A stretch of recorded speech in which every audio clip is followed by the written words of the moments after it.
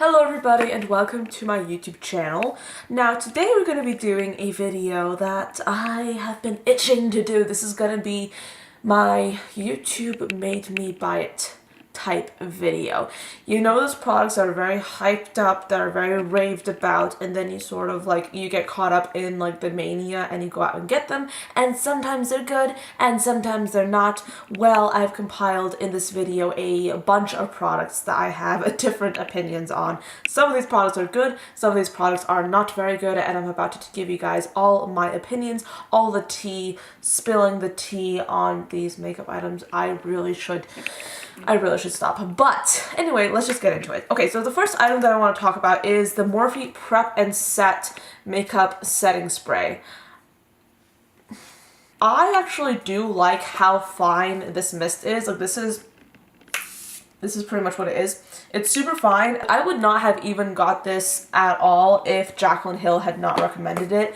And she recommended it and I was like, oh my god, I should get it. I really should get it. And I got it and I don't hate it, and I feel like I loved it at a certain point, but like right now I'm sort of indifferent to it, you know? I do like the idea of having a spray in general for the face, because when you have those times that you just put too much makeup on or it's like just looks too cakey, having a spray like this can really help like melt things together a little bit more and make everything look a little bit more natural and put together.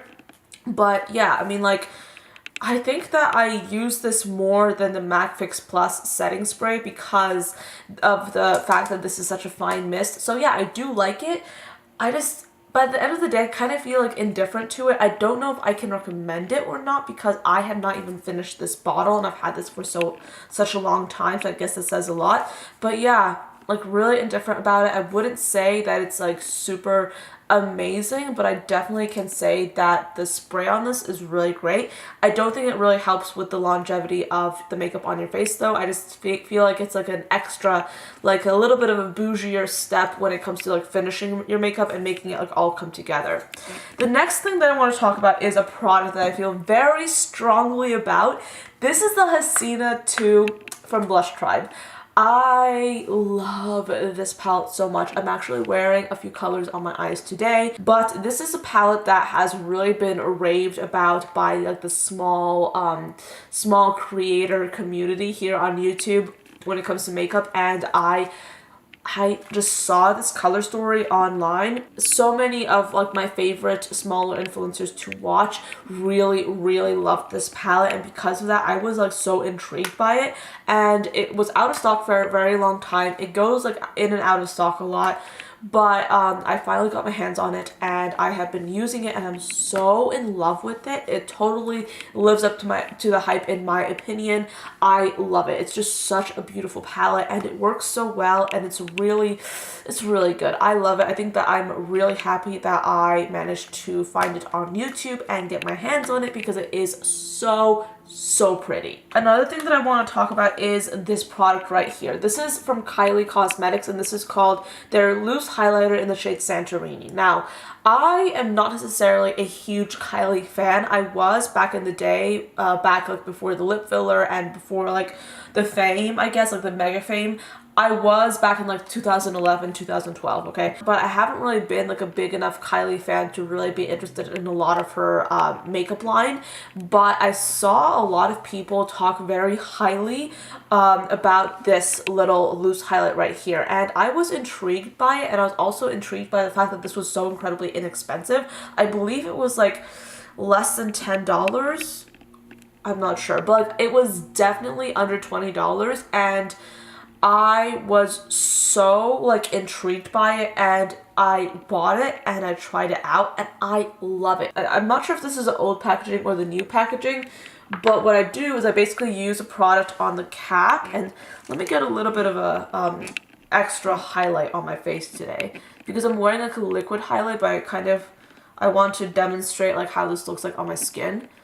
This really like just is so reflective and it's milled very finely, so when you brush it on, it's kind of like a very fine highlight that honestly doesn't accentuate much, and I absolutely love it. I think that any kind of highlight will really accentuate any kind of imperfections you may have.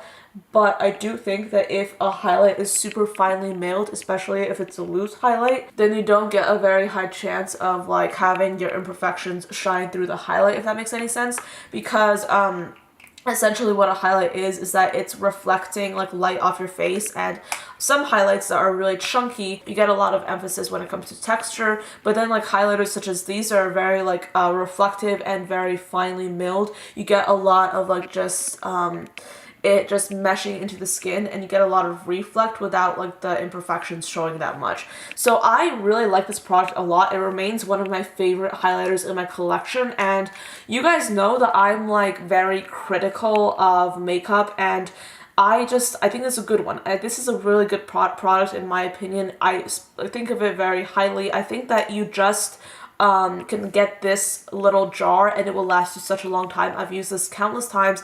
I'm obsessed with it. I think it totally lives up to the hype. I love it. This is from Anastasia Beverly Hills, and it's their stick foundation. Now, when this first came out, this was like very, very hyped up, and I was really intrigued at the thought of having a stick foundation, and I really loved like how inexpensive it appeared to be. Like, I feel like these are only like about $20. So of course I picked it up and I ordered it, and I was so happy when I got it, because everyone seemed to really like it at the time and everyone was really raving about it. But then I tried it on my face, and I made the mistake of trying it in the morning when I was going to school. So I basically put it on my face, I blended it in, okay, I did what you're supposed to do, and then I went into school, and I literally was at school for 2 hours, and my foundation just disappeared. Like, it just started getting shiny, getting blotchy. It started like just disappearing off my face, and I was like, what happened? Because like, isn't a stick foundation for people with more like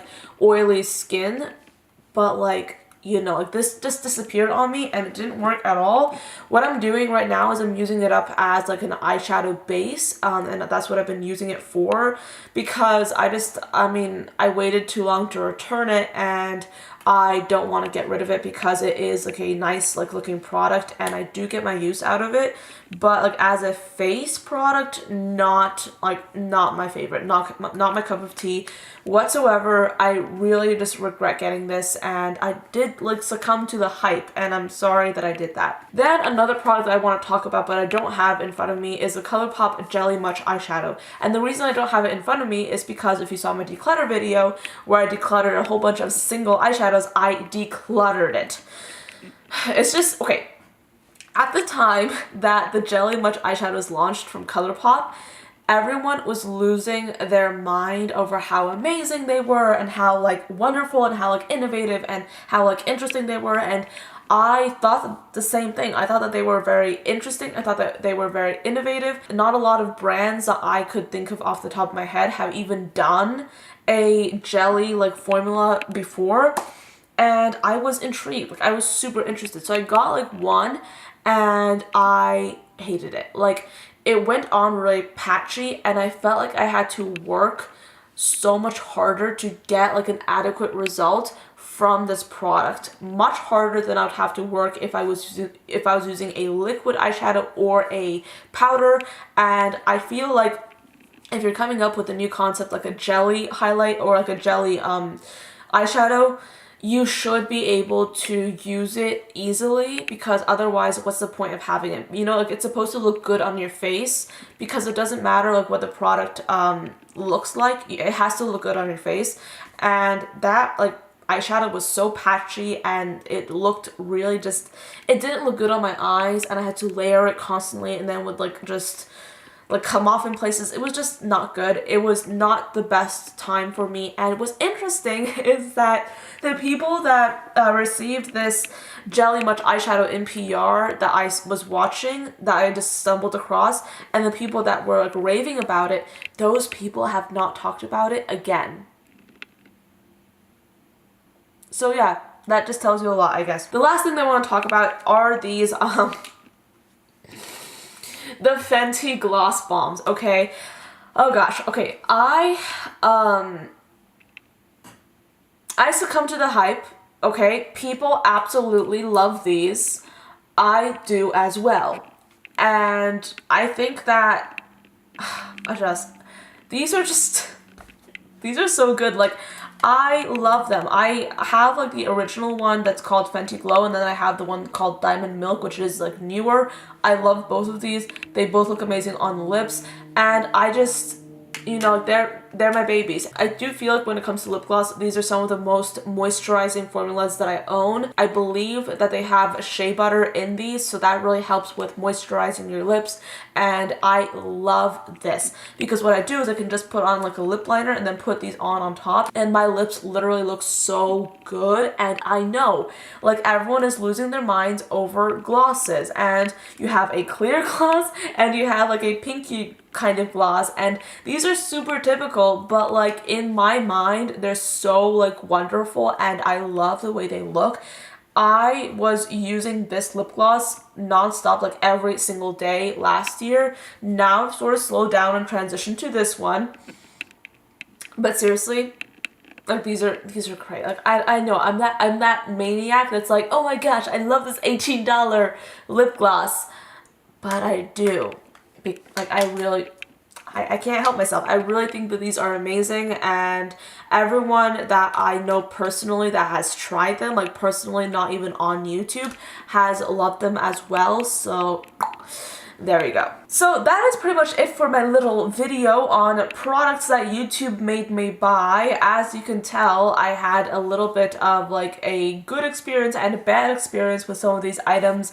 But that's just all, like, you know, in the joy of makeup. People love to experiment. I love to experiment. And sometimes you get good results and then sometimes you get like not so good results. But I do hope that this video was helpful and that you found it interesting. And yeah, that's pretty much it. Thank you so much for watching. I hope you enjoyed this video, and I'll see you tomorrow.